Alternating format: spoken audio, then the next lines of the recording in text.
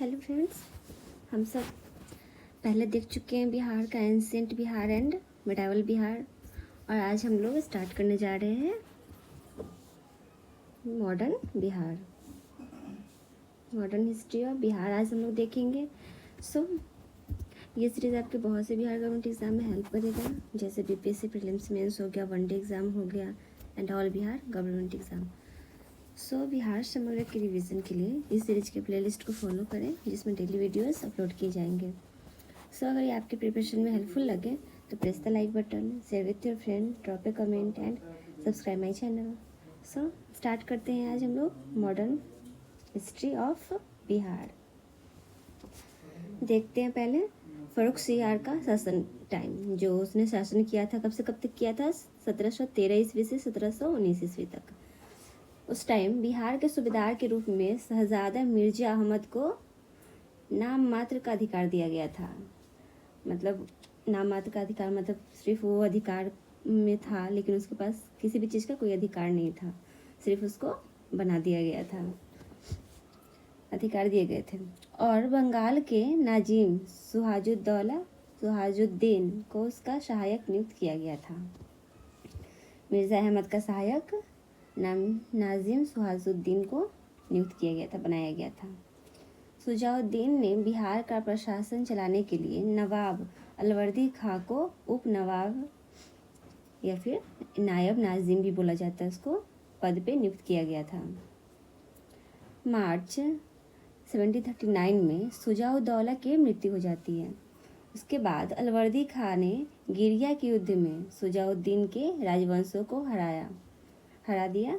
गिरिया के युद्ध में 1740 में उसने मुर्शिद कुली के वंशज सरफराज खां को विस्थापित कर बंगाल पर भी प्रत्यक्ष अधिकार कर लिया था। आगे देखते हैं।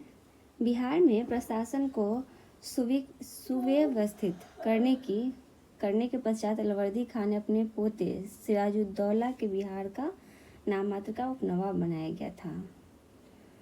सब चीज़ व्यवस्थित करने के लिए, बिहार का प्रशासन देखने के लिए सिराजुद्दौला को अलवर्दी खान ने बना दिया है नवाब, लेकिन वो भी सिर्फ नाम मात्र का नवाब रहता है, सारा चीज़ अलवर्दी खां के अंडर में किया जाता है।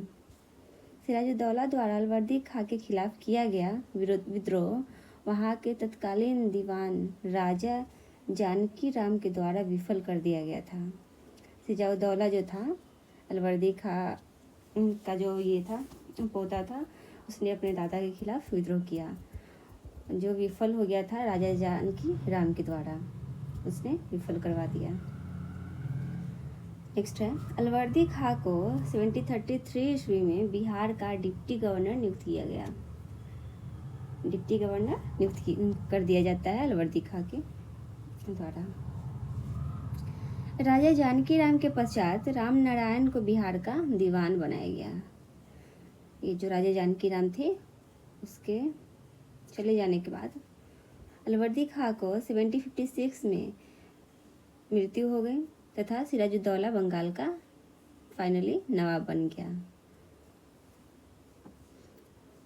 सिराजुद्दौला के प्रतिद्वंदी और विरोधियों में प्रमुख थे। जो प्रतिद्वंदी और विरोधी रहते हैं उसमें मेन था पूर्णिया के नवाब शौकत रजंग, जो चचेरा भाई था इसका, सिराज की मौसी घसीटी बेगम, जो मौसी थी सिराजुद्दौला की, तथा उसका सेनापति मीर जाफर, जो अलवर्दी खां का दामाद था। ये सब क्या थे? विरोधी थे। किसके? सिराजुद्दौला के। अपने विरोधियों के दमन के क्रम में सिराजुद्दौला ने घसीटी बेगम को बंदी बना लिया था। मीर जाफर के स्थान पर मीर मदान को सेनापति नियुक्त किया गया था। क्या बोला गया है? अपने विरोधी के दमन के क्रम में सिराजुद्दौला ने अपनी घसीटी बेगम, जो उसकी मौसी थी, उसको बंदी बना लेता है। और जो उसकी मौसी रहती है, ये किस चीज़ के लिए विद्रोह करती रहती है? सत्ता के लिए। मीर जाफर के स्थान पर मीर मदान को सेनापति बना दिया जाता है।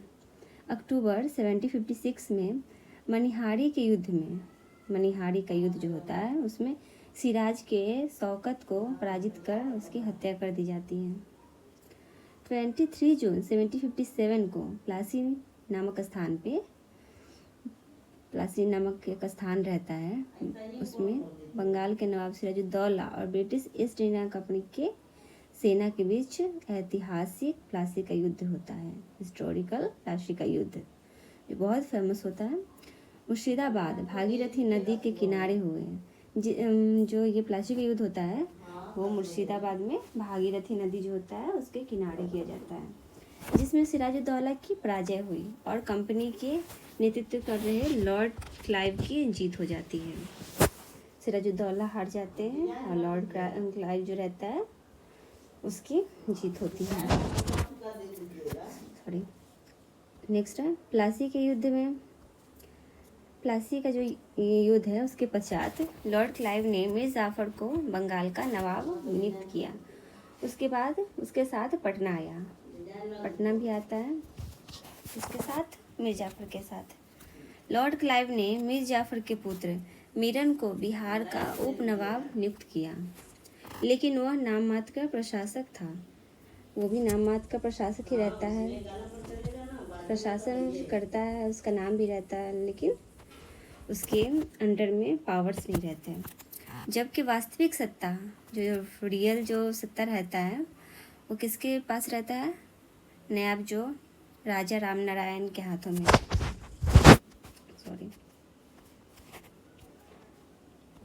नेक्स्ट है इलाहाबाद की संधि के बाद रॉबर्ट क्लाइव ने 2 उप दीवान नियुक्त किए। इनमें बंगाल के लिए था मोहम्मद रजा खान एवं बिहार के लिए सिताब राय थे। नेक्स्ट है अली गौहर शाह आलम द्वितीय, इनका सेकंड नाम है शाह आलम द्वितीय ने 1760 में पटना में घेरा डाला, लेकिन इसके नेतृत्व में ब्रिटिश सेना ने उसे मार भगाया। घेरा जो डालता है उसके विद्रोह में ब्रिटिश जो सेना रहते हैं उसको मार भगाते हैं। किसको? अली गौहर को। उसका सेकंड नाम रहता है शाह आलम द्वितीय। अली गौहर का बिहार अभियान 1765 ईस्वी में समाप्त हो जाता है।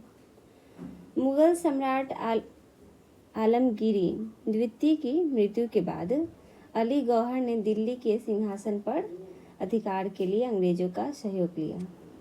अंग्रेजों का सहयोग लेता है किसके लिए? दिल्ली के सिंहासन के लिए। पटना में अंग्रेजों की फैक्ट्री में अली गौहर का राज्याभिषेक हुआ। 1760 ईस्वी में मीर जाफर के स्थान पे मीर कासिम को बंगाल का नवाब बनाया गया। नवाब मीर कासिम ने अंग्रेजों के हस्तक्षेप से मुक्त रहने के उद्देश्य में अपनी राजधानी मुर्शिदाबाद से हटाकर मुंगेर स्थापित कर देता है। मीर कासिम के स्वतंत्र आचरण से अप्रसन्न होकर कंपनी ने उसे नवाब पद से हटा देता है। इसके बाद मीर कासिम पटना पहुंच जाता है तथा लखनऊ में अवध नवाब शुजा-उद-दौला और भगोड़े मुगल बादशाह आलम द्वितीय से मिलकर बक्सर युद्ध की तैयारी करता है। 1764 में अंग्रेजी सेना के साथ मीर कासिम अवध के नवाब शुजा-उद-दौला एवं भगोड़े मुगल शासक शाह आलम द्वितीय की संयुक्त सेना की मुठभेड़ बक्सर में होती है, जो इतिहास में बक्सर युद्ध के नाम से जाना जाता है। सर हेक्टर मुनरो के नेतृत्व में अंग्रेजों की सेना ने तीनों शासकों की संयुक्त सेना को पराजित कर देता है। तीनों शासक का जो सेना रहता है कौन कौन? जो हमारे अवध के नवाब शुजा-उद-दौला रहते हैं और ये शाह आलम द्वितीय एंड बादशाह मीर कासिम, ये तीनों के जो सेना रहते हैं उन सबको हरा देता है। कौन? हेक्टर मुनरो की सेना। बक्सर युद्ध के पश्चात शाह आलम द्वितीय ने बिहार, बंगाल और उड़ीसा के क्षेत्र में दीवानी लगान वसूली का अधिकार ईस्ट इंडिया कंपनी को प्रदान कर देता है। बक्सर का जब युद्ध खत्म हो जाता है तो संधि हो जाती है जिसमें दीवानी लगान वसूली जो रहता है इस ईस्ट इंडिया कंपनी को कर दी जाती है। लॉर्ड क्लाइव ने 1765 में बंगाल एवं बिहार के क्षेत्र में द्विध शासन लागू किया। कैसा शासन? द्विध शासन। सर लियोनिक को द्विज शासन का जनक कहा जाता है। फादर ऑफ किसको बोला जाता है? सर लियोन कार्टिस को। इस समय बिहार का प्रशासन मिर्जा मोहम्मद कजीम खां, जो मीर जाफर का भाई था, उसके पास था तथा उसकी सहायता के लिए एक उप सूबेदार धीरज नारायण राजा राम नारायण का भाई रहता है, उस दोनों के पास था। क्लाइव ने सिकंदर 1765 में कजीम खां को पद से हटाकर उसके स्थान पर धीरज नारायण को नियुक्त कर देता है। राजा राम नारायण और राजा सिताब राय बिहार के महत्वपूर्ण उपप्रांतपतियों में से थे। पटना में स्थित अंग्रेजों की फैक्ट्री व्यापारिक केंद्र जो रहता है, उसका जो मेन अधिकारी जो रहता है वो मिडल्टन को राजा धीरज नारायण और राजा सिताब राय के साथ एक प्रशासन मंडली का सदस्य 1766 में नियुक्त किया जाता है। धीरज नारायण को 1767 में हटाकर सिताब राय को कंपनी द्वारा नायब दीवान बनाया गया तथा थॉमस रेमोल्ड को पटना फैक्ट्री का मुख्य अधिकारी नियुक्त किया जाता है। Okay, thank you.